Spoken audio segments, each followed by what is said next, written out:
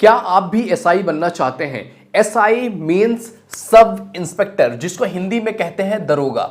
अगर आप भी इस फील्ड में जाना चाहते हैं, आप भी पुलिस की फील्ड में जाना चाहते हैं, तो एसआई एक बहुत अच्छा पोस्ट होता है जहां पर मैक्सिमम बच्चे जाना चाहते हैं कि हमको एसआई बनना है। जो बच्चे उससे ऊपर जाना चाहते हैं वो यूपीएससी की प्रिपरेशन करते हैं। लेकिन अगर आपको एसआई की प्रिपरेशन करनी है या आप इस बारे में सोच भी रहे हो, तो आपको क्या करना होगा, क्या चीजें जरूरी है, क्या चीजें आपके अंदर होनी चाहिए, किस किस प्रोसेस के थ्रू आप पहुंचोगे, इसके बारे में अगर आपको नॉलेज रहेगा ना, अगर आप 10th में भी हो 12th में भी हो ना, तो भी आपके लिए बहुत जरूरी है कि किस तरीके से आप अपने माइंड को फॉर्म करोगे कि यार इस तरीके से मुझे पढ़ाई करनी है। ओके, तो हम कुछ चीजें लेकर के आए हैं जिनके बेस पर आपको एक एक चीज क्लियर हो जाएगी कि क्या करना है, कौन सी चीज की इंपॉर्टेंस है, किस तरीके से आपकी पूरी सिस्टम आपको क्रिएट करना है। ओके, तो देखो, अगर हम बात करें एसआई सब इंस्पेक्टर के पोस्ट की, तो आपके माइंड में क्वेश्चन आ सकता है कि यार इसके लिए मुझे क्या क्या सब्जेक्ट पढ़ना पड़ेगा।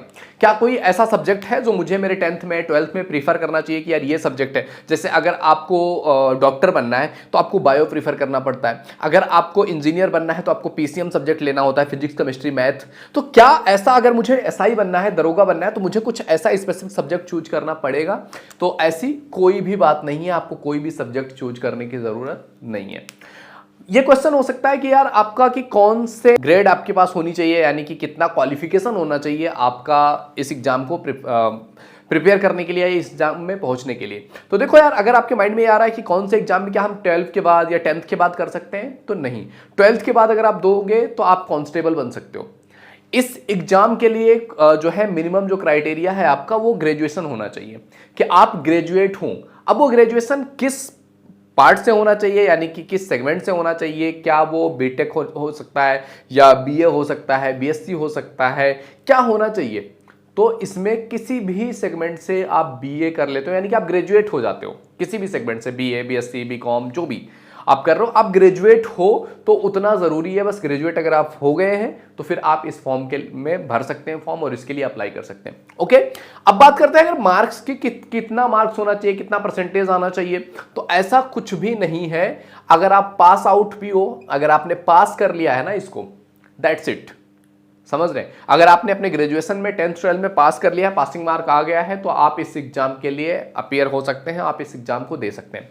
अब बात करते हैं इसके बाद कोर्स की, कि क्या इसके लिए कोई कोर्स होता है? अगर आपको इंजीनियर बनना है तो बीटेक करना पड़ेगा, तो इसके लिए क्या कोई कोर्स होता है? क्या स्पेशल कोई कोर्स है जिस कोर्स के थ्रू आप इसको बन सकते हो? देखो, ऐसा कोई कोर्स नहीं है कि आपको ये वाला कोर्स करना पड़ेगा। हाँ, कोचिंग लेते हैं लोग, वो कोचिंग कोर्स डिफरेंट है, वो डिफरेंट चीज है, बट एक स्पेसिफिक जो एक कोर्स हो, क्राइटेरिया हो, ऐसा कुछ भी नहीं है। समझ रहे हैं? तो कोई स्पेसिफिक कोर्स नहीं है। दूसरी चीज बात करते हैं आप प्रोसेस की, कि क्या प्रोसेस होता है, कैसे होता है। मान लिया हमने ग्रेजुएट कर लिया, अब क्या करें? तो अब अगर आपने ग्रेजुएट कर लिया तो फॉर्म आता है, फॉर्म आपको फिलअप करनी है। फॉर्म फिलअप करोगे तो फिर क्या होगा, आपका एक रिटन एग्जाम होगा। रिटन एग्जाम किस बेस पे होगा? वो होगा सीबीटी, कंप्यूटर बेस्ड पे।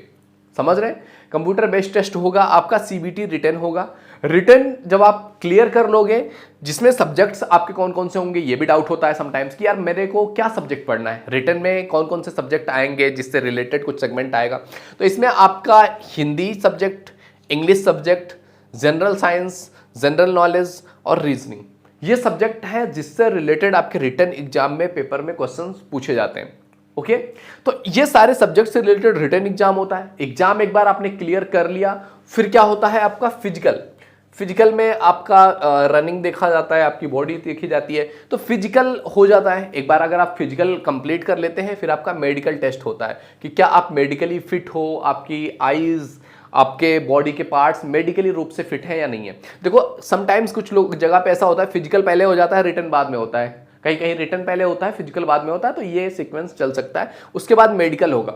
मेडिकल में भी अगर आप ओके हो जाते हो, फिर आपका डॉक्यूमेंट वेरिफिकेशन होगा कि आपने जो 10th 12th आधार कार्ड, जो भी रहने का जो भी चीजें आपने प्रूफ के रूप में दिया हुआ है, क्या वो चीजें सही है या आपने फर्जी बनवा के दिया हुआ है, तो डॉक्यूमेंट वेरिफिकेशन उसके बाद होता है। अगर आप इसमें भी क्लियर कर जाते हो तो फिर आपको 1 साल के लिए ट्रेनिंग पे भेज दिया जाता है।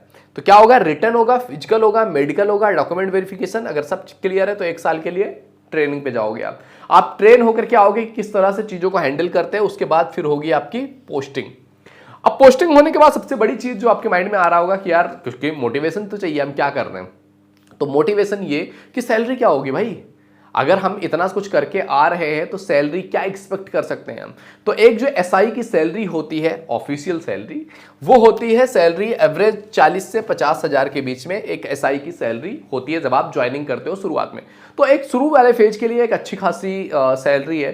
एंड बहुत सारे लोग तो भाई टेबल के नीचे वाले बारे में सोच चुके होंगे, बट एज ए ईमानदार, एज ए ऑनेस्ट ऑफिसर उन चीज़ों के बारे में आपको सोचने की भी ज़रूरत नहीं है। वो शायद इन चीज़ों को आपको ख़त्म करने के लिए जाना है इस फील्ड में, तो आपको इन चीज़ पर ध्यान देना है कि यार 40-50 हज़ार मिल जाएगा शुरुआत में और धीरे धीरे ये बढ़ता ही रहेगा। तो ये एक पूरा प्रोसेस है, पूरा सिस्टम है।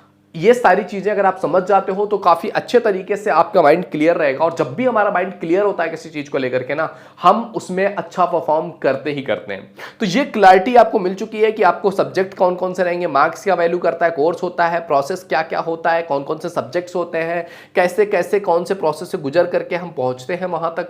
तो ये पूरा था। जितना भी आप लोगों के क्वेश्चन थे, बहुत सारे लोगों के क्वेश्चन थे कि एसआई कैसे बनेंगे बताइए सर, तो ये सारा कुछ हमने कवर कर लिया है। अगर इसके अलावा भी आपके कोई क्वेश्चन है, कोई डाउट्स हैं, तो डेफिनेटली हमें कमेंट बॉक्स में लिख करके जरूर बताइए and we will try our best कि आपको बेस्ट से बेस्ट सॉल्यूशन प्रोवाइड किया जा सके।